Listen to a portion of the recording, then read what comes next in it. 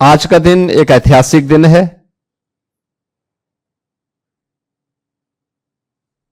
जेवर के लिए,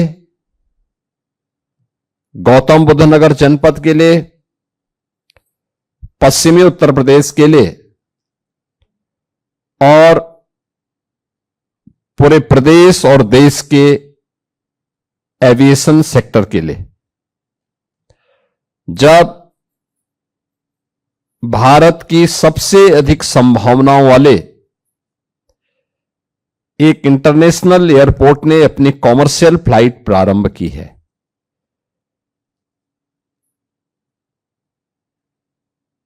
इसके पीछे प्रेरणा देश के यशस्वी प्रधानमंत्री श्री नरेंद्र मोदी जी की, और इसमें योगदान आप सभी अन्नदाता किसानों का। मैं इसके लिए आप सभी को हृदय से धन्यवाद देता हूं और इस अवसर पर अभिनंदन भी करता हूं, खासतौर पर श्री धीरेन्द्र सिंह जी को, जिन्होंने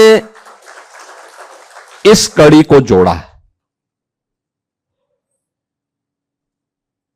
मुझे याद है जब हमारी कैबिनेट ने जेवर में इंटरनेशनल एयरपोर्ट के निर्माण के लिए प्रस्ताव पारित किया,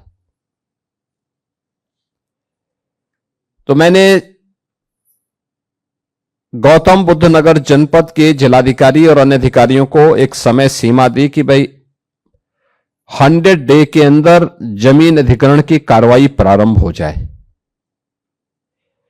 100 दिन पूरे हुए, वहां कोई कार्रवाई नहीं प्रारंभ हो पाई थे। कंपटीशन था। तो मैं वहां गया, मैंने बैठक ली, मैंने कहा क्या हुआ? उन्होंने कहा कोई प्रोग्रेस नहीं। और याद करिए, तब मैं वहां गया था और मैंने वहां के अन्नदाता किसानों के साथ एक बैठक ली थी गौतम बुद्ध विश्वविद्यालय ग्रेटर नोएडा में। 100 के आसपास किसानों को मैंने बुलाया था, और जब मैंने उनसे कहा कि भाई हमें एयरपोर्ट बनाना है, तो सचमुच वही मुझे सुनने को मिला था जो जयवीर सिंह जी ने यहां पे कही। मैंने उनके सामने प्रस्ताव रखा कि हम एयरपोर्ट बनाना चाहते हैं। सामने से मेरे सामने उत्तर आया कि हम जमीन नहीं देंगे। असमंजस की स्थिति थी। मैंने कहा हम लोग यहां पे विकास करना चाहते हैं। उन्होंने कहा लेकिन हम नहीं देंगे। मैंने कहा देखिए, आपको 1 घंटे का समय दे रहा हूं, यह एयरपोर्ट आपकी तकदीर को बदल देगा। आए हुए उन सभी बुजुर्गों से मैंने अनुरोध किया, मैंने कहा देखिए विकास का मॉडल क्या होता है, ये दिखाने का समय है, क्योंकि वक्त सबका आता है, बस कुछ बन जाते हैं और कुछ बिखर जाते हैं। अवसर का जो लाभ लेता है, सटीक लाभ लेता है, इतिहास उसी का बनता है। और जो उस मौके को गंवा देता है, अवसर से वो बिखर जाता है, फिर कभी उसके सामने अवसर नहीं आता। और आपने उस समय मुझ पर विश्वास किया, धीरेन्द्र सिंह जी ने लग करके उसमें सहयोग किया। यमुना अथॉरिटी ने और उत्तर प्रदेश के सिविल एविएशन विभाग ने उस कार्रवाई को युद्ध स्तर पर आगे बढ़ाया। परिणाम है कि 13,000 एकड़ से अधिक भूमि, जो 4 फेज में वहां पर एयरपोर्ट बनना है, पहले फेज की कार्रवाई संपन्न होकर के आज नोएडा इंटरनेशनल एयरपोर्ट के रूप में जेवर ने एक नया इतिहास रच दिया है। और मैं मानता हूं कि जेवर अब वह जेवर नहीं रहा। याद करिए ना, जुलाई 2017 में कैसी बीभत्स घटना घटित हुई थी। उससे पहले उसी क्षेत्र में मैं मानता हूं उत्तर प्रदेश के सबसे अधिक आपराधिक गतिविधियों का केंद्र बन गया था वो क्षेत्र। शाम होते ही आवागमन बंद, हर बेटी असुरक्षित, नौजवान के सामने आगे का कोई भविष्य नहीं, अन्नदाता किसानों के लिए कोई सुविधा नहीं। कैसे शोषण होता था,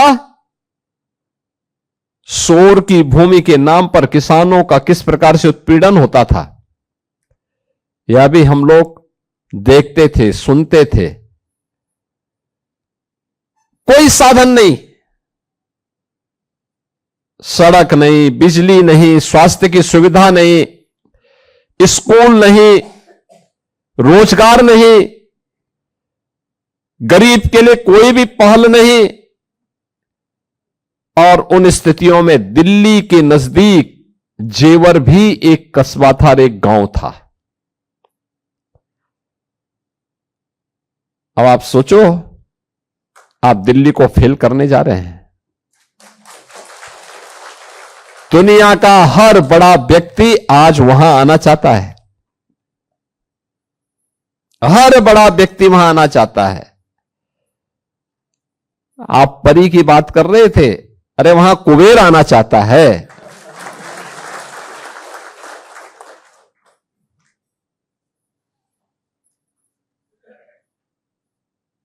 आज वहां क्या नहीं आ रहा है? आज वहां पर एयरपोर्ट बन गया, भारत का पहला कार्गो और एमआरओ का केंद्र भी जेवर एयरपोर्ट बनने जा रहा है। यानी यहां पे किसान, पश्चिमी उत्तर प्रदेश ही नहीं, उत्तर प्रदेश का किसान कोई भी पैदा करे, कुछ भी पैदा करेगा, अन्न पैदा करेगा, फल पैदा करेगा, सब्जी पैदा करेगा, मत्स्य पालन में कोई काम करेगा, कार्गो से दुनिया के मार्केट तक पहुंचाने की सुविधा का केंद्र बिंदु बनेगा जेवर।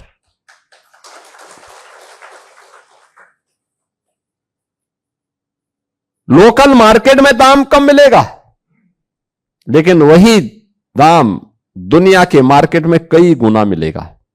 जैसे आम, यहां के मार्केट में हम कितना भी बेचेंगे 50 रुपए तक पहुंचेगा, लेकिन वही आम जब दुनिया की मार्केट में पहुंचता है तो 800 रुपए से लेकर 1000 रुपए किलो बिकता है वही आम। आप मुझे बताइए ना, जो आम यहां 50 रुपए में बिकेगा और वहां हम कार्गो का दाम भी ले लें तो भी 200 रुपए हम प्रति किलो का दाम जोड़ दें, कार्गो का एयर फेयर उसके साथ जोड़ लें, तो भी तो किसान को 600 रुपए का लाभ हो रहा है। अब मुझे बताओ, जिस किसान को यहां पे 10 रुपए का लाभ प्रति किलो नहीं मिल पा रहा है और उसको अगर 600 रुपए का लाभ मिल जाए तो धनी तो वही होगा ना। ऐसे ही अन्य उत्पाद में भी फूड प्रोसेसिंग की यूनिट लगेगी, सेमीकंडक्टर की यूनिट लग रही है, डाटा सेंटर स्थापित हो रहे हैं, फिल्म सिटी आ रही है, toy park, medical device park, apparel park और आईटी एंड इलेक्ट्रॉनिक्स की सिटी, वर्ल्ड क्लास सिटी। पहले पढ़ने के लिए देखो ना, एक बेटी पढ़ने के लिए अलीगढ़ मुस्लिम विश्वविद्यालय में मेडिकल की पढ़ाई करने के लिए गई। अब दुनिया की 5 बड़े प्रतिष्ठित विश्वविद्यालय जिनकी वर्ल्ड रैंकिंग है, वे इस क्षेत्र में आ रहे हैं, यहां आ रहे हैं अपना स्वयं का कैंपस स्थापित करने के लिए।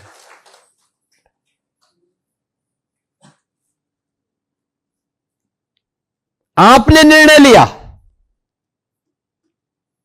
जब मुझे अच्छा लगा था, जब वहां का अन्नदाता किसान वहां के विधायक जी के साथ, श्री धीरेन्द्र सिंह जी के साथ इसी स्थान पर मेरे पास आए थे जब उन्होंने पहली रजिस्ट्री का काम संपन्न किया था।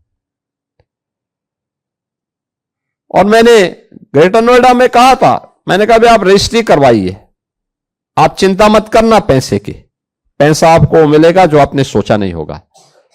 हम सौदेबाजी नहीं कर रहे हैं, हम आपको आपका हक देंगे, लेकिन वह बीच में किसी व्यक्ति को नहीं रखना है। आप रहेंगे, मैं रहूंगा, और आप जो सोचते होंगे उससे अच्छा दाम आपको मिल जाएगा।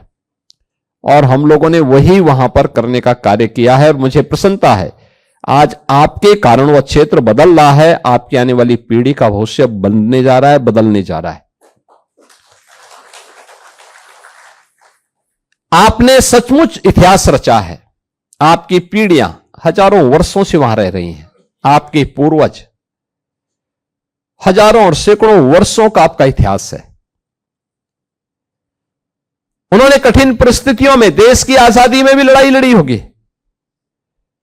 विपरीत परिस्थितियों को झेला, अपनी जमीन को बचा के रखा। संभावनाएं नहीं थी, वह उस समय आवश्यक था, लेकिन जब वक्त आया सही समय पे सही निर्णय करने का, तो आपने वह निर्णय किया। और आज नोएडा इंटरनेशनल एयरपोर्ट के बहाने, जो भारत का सबसे बड़ा एयरपोर्ट बनने जा रहा है, कार्गो एमआरओ की फैसिलिटी, यानी भारत के अंदर अब तक एयरक्राफ्ट मेंटेनेंस, रिपेयर, ओवरऑलिंग की कोई सुविधा नहीं। इसके लिए सिंगापुर और दुबई जाना पड़ता था। अब वह कार्य के लिए भी इसी क्षेत्र में, इसी एयरपोर्ट पे लोग आएंगे, दुनिया भर के लोग यहां आएंगे।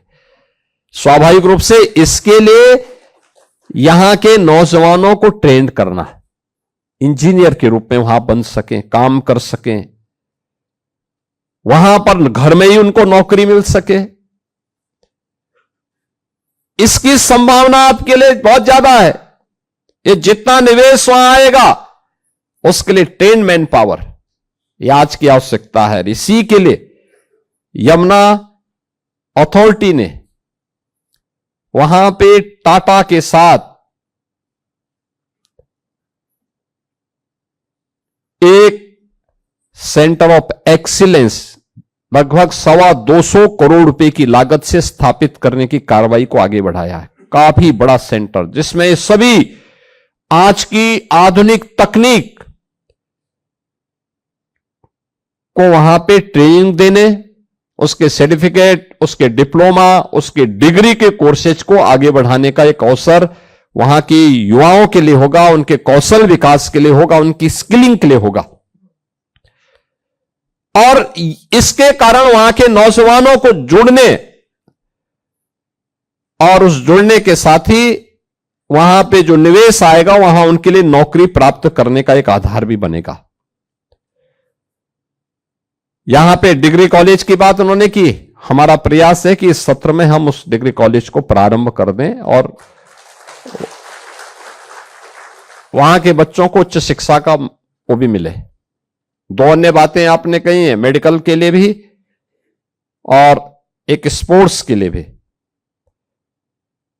यद्यपि वहां एक ट्रामा सेंटर हम बना रहे हैं, लेकिन ट्रामा सेंटर के साथ ही मैंने यहां पे अभी सीओ यमुना अथॉरिटी से कहा है कि वो देखें एक बार कहां पे अच्छी मेडिकल की सुविधा भी और मेडिकल एजुकेशन की सुविधा भी वहां प्राप्त हो सके। इसके बारे में उन संभावनाओं को आगे बढ़ाना चाहिए और गवर्नमेंट उसमें अपने स्तर पर भी सहयोग करेगी, यमुना अथॉरिटी भी उस प्रयास को आगे बढ़ाएं। अच्छा होगा, इसको हमें बढ़ाना चाहिए।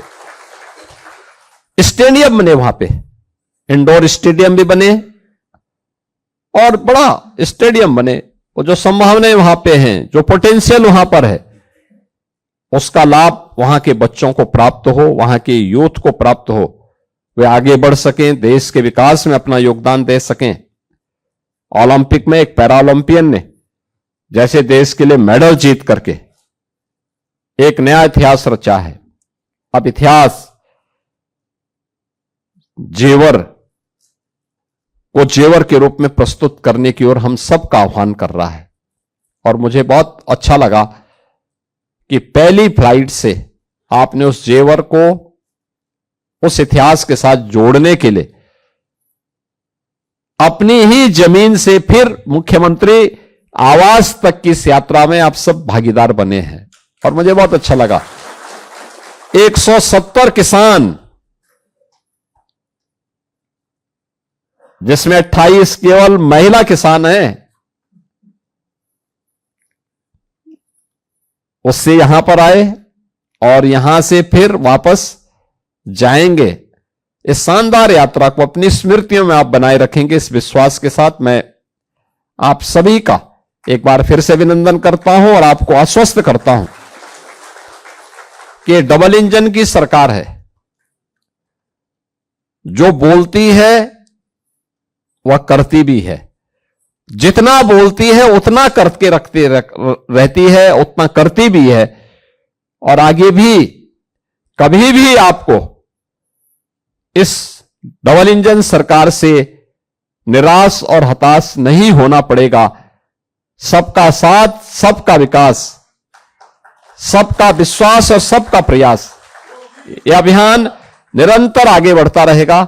आप सबके प्रति आज के इस अवसर पर मैं पूरे प्रदेशवासियों को, गौतम बुद्ध नगर वासियों को, पश्चिमी उत्तर प्रदेश के वासियों को इस अनुपम उपहार के लिए हृदय से बधाई देता हूं, अपनी शुभकामनाएं देता हूं।